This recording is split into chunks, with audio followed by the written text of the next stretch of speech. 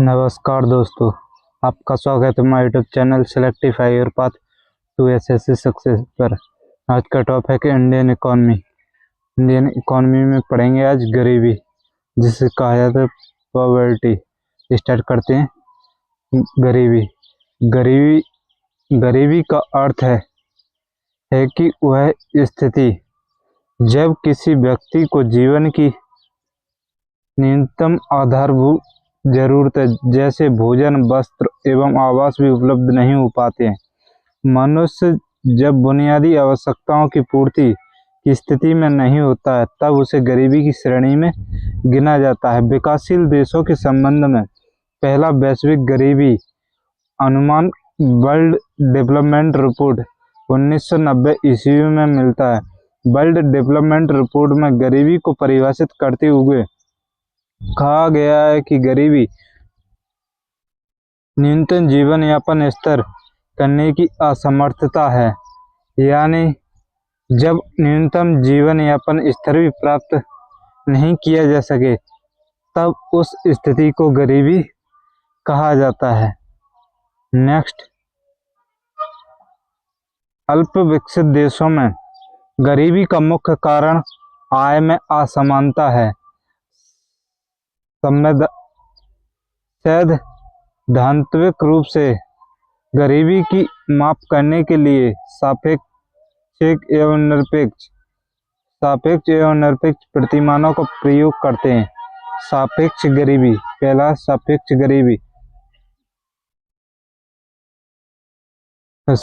गरीबी वह गरीबी स्पष्ट करती है कि विभिन्न आय वर्गों के बीच कितनी विषमता है। प्राय इसे मापने की दो विधियां हैं, लॉरेंस वक्र और गिनी गुणांक।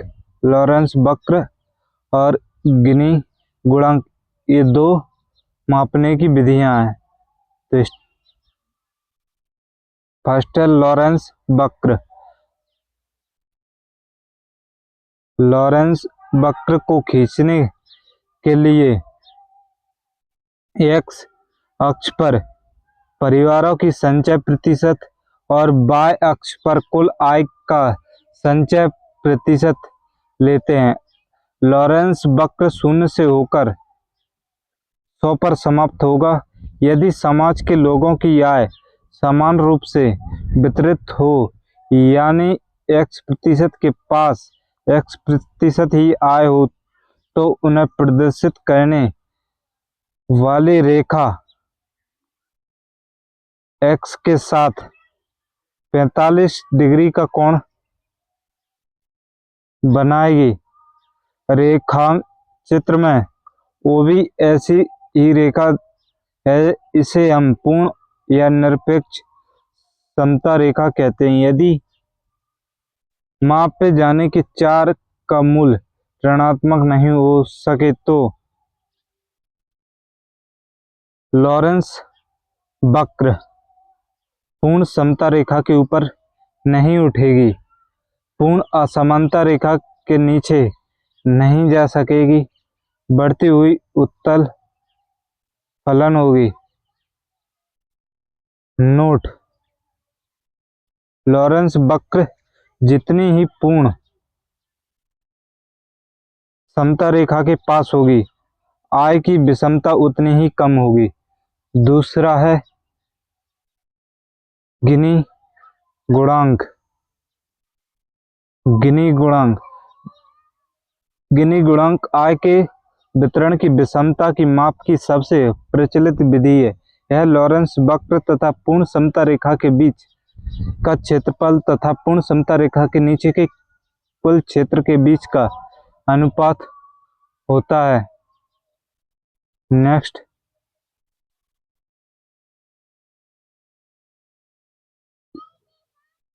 लॉरेंस वक्र तथा गिनी गुणांक आय की विषमता की माप से संबंधित है। आय की विषमता को प्रति व्यक्ति आय का कुछ नोट्स विषमता चक्र से नहीं मापा जा सकता। नोट, लॉरेंस वक्र को 1905 ईस्वी में मैक्स ओ लॉरेंस ने गिनी गुणांक को 1912 ईस्वी में पोरेडो गिनी इटली ने विकसित किया। विषमता समायोजित प्रति व्यक्ति या धारणा। इस धारणा का प्रतिपादन नोबेल पुरस्कार से सम्मानित अर्थशास्त्री प्रोफेसर अमर्त्य सेन ने किया है। उन्होंने आय के स्तर तथा उसके वितरण के आयाम को जोड़कर आर्थिक कल्याण की माप के लिए इस धारणा का विकास किया। उनके अनुसार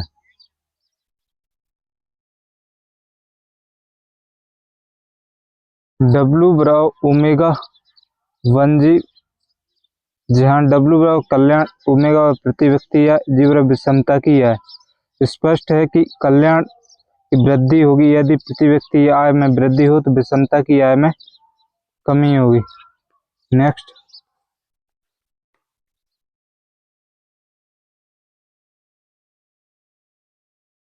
नोट, निर्धनता की माप के लिए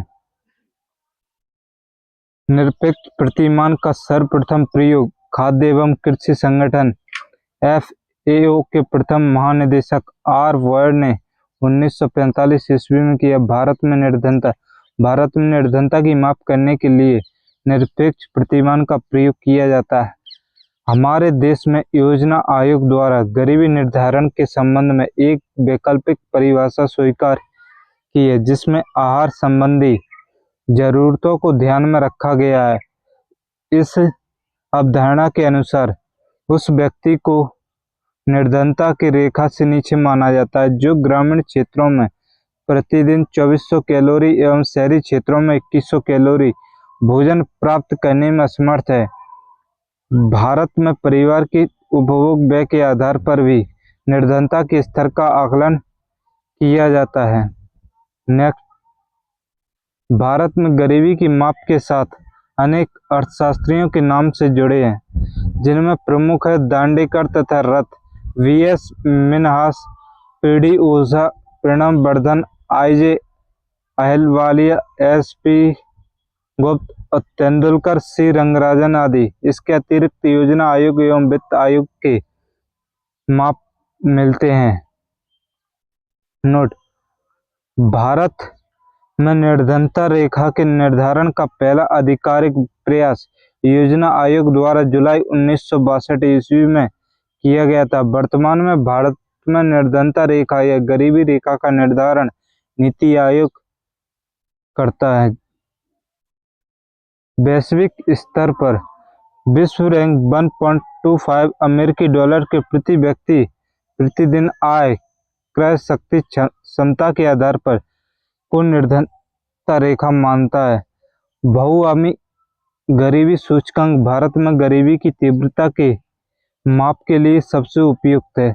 भारत में गरीबी निर्धारण का इतिहास। दादाभाई नौरोजी, इनकी पुस्तक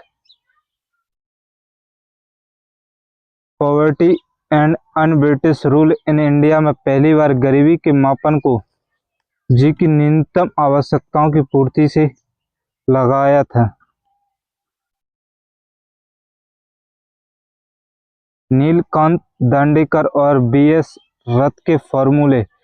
इनके फॉर्मूले के आधार पर स्वतंत्रता के बाद पहली बार 1971 ईस्वी में वैज्ञानिक तरीके से गरीबी रेखा का निर्धारण किया गया, जिसमें नेशनल सैंपल सर्वे NSS के उपभोग खर्च के आंकड़ों का इस्तेमाल किया गया।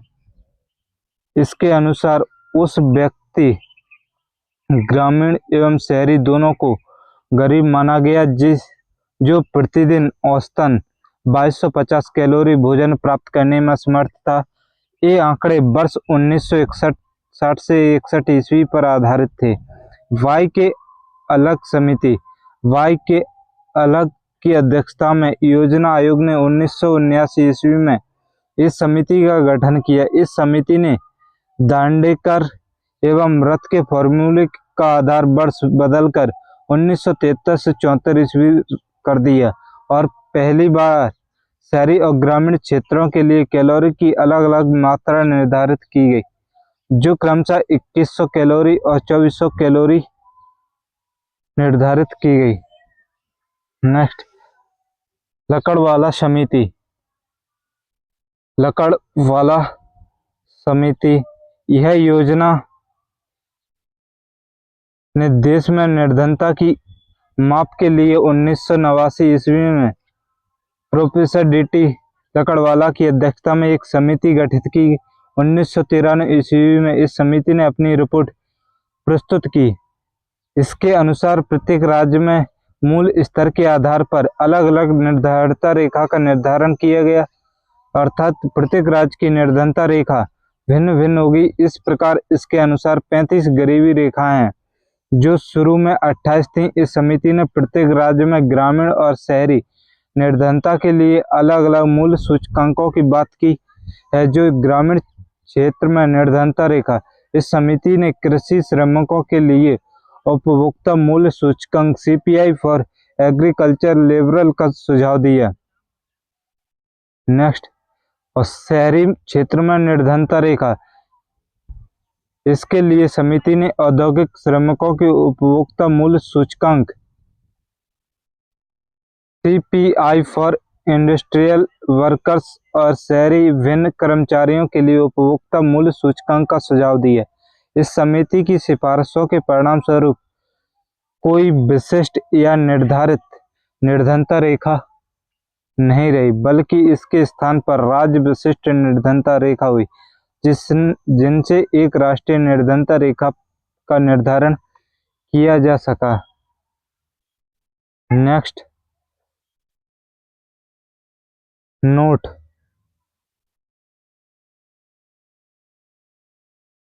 आठवीं योजना में कैलोरी प्रति 2400 ग्रामीण व 2100 शहरी आधार को ही स्वीकार किया गया तथा 1973 से 74 ईस्वी मूल पर ग्रामीण क्षेत्र के लिए 49.09 रुपये तथा शहरी क्षेत्र के लिए 56.64 रुपये प्रति व्यक्ति प्रति माह उपभोग व्यय लिया गया। इसी कार्य विधि का प्रयोग 9वीं तथा 10वीं योजना में भी किया गया।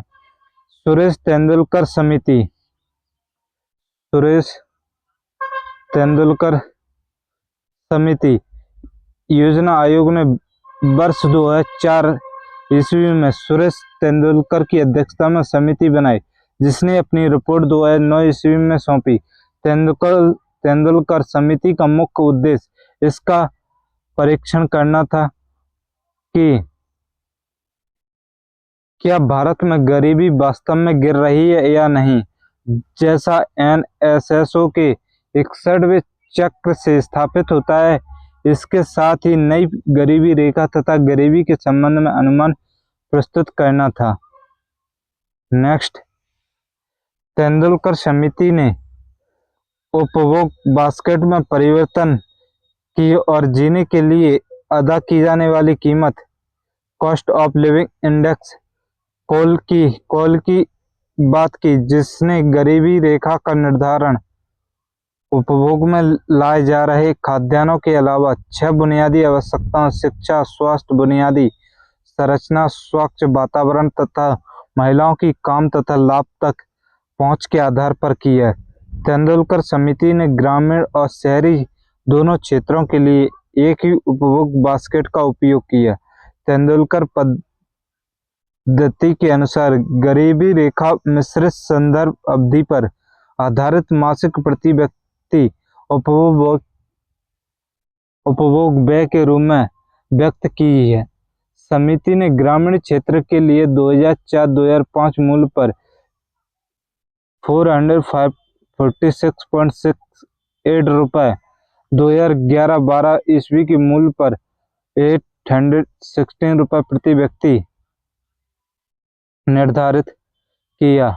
नेक्स्ट, आज की क्लास यहीं समाप्त होती है। अगर वीडियो पसंद आई तो लाइक कमेंट, चैनल को सब्सक्राइब करें, जिससे आने वाली वीडियो का नोटिफिकेशन आप तक पहुंचता रहे। Thank you, all the best, thank you watching.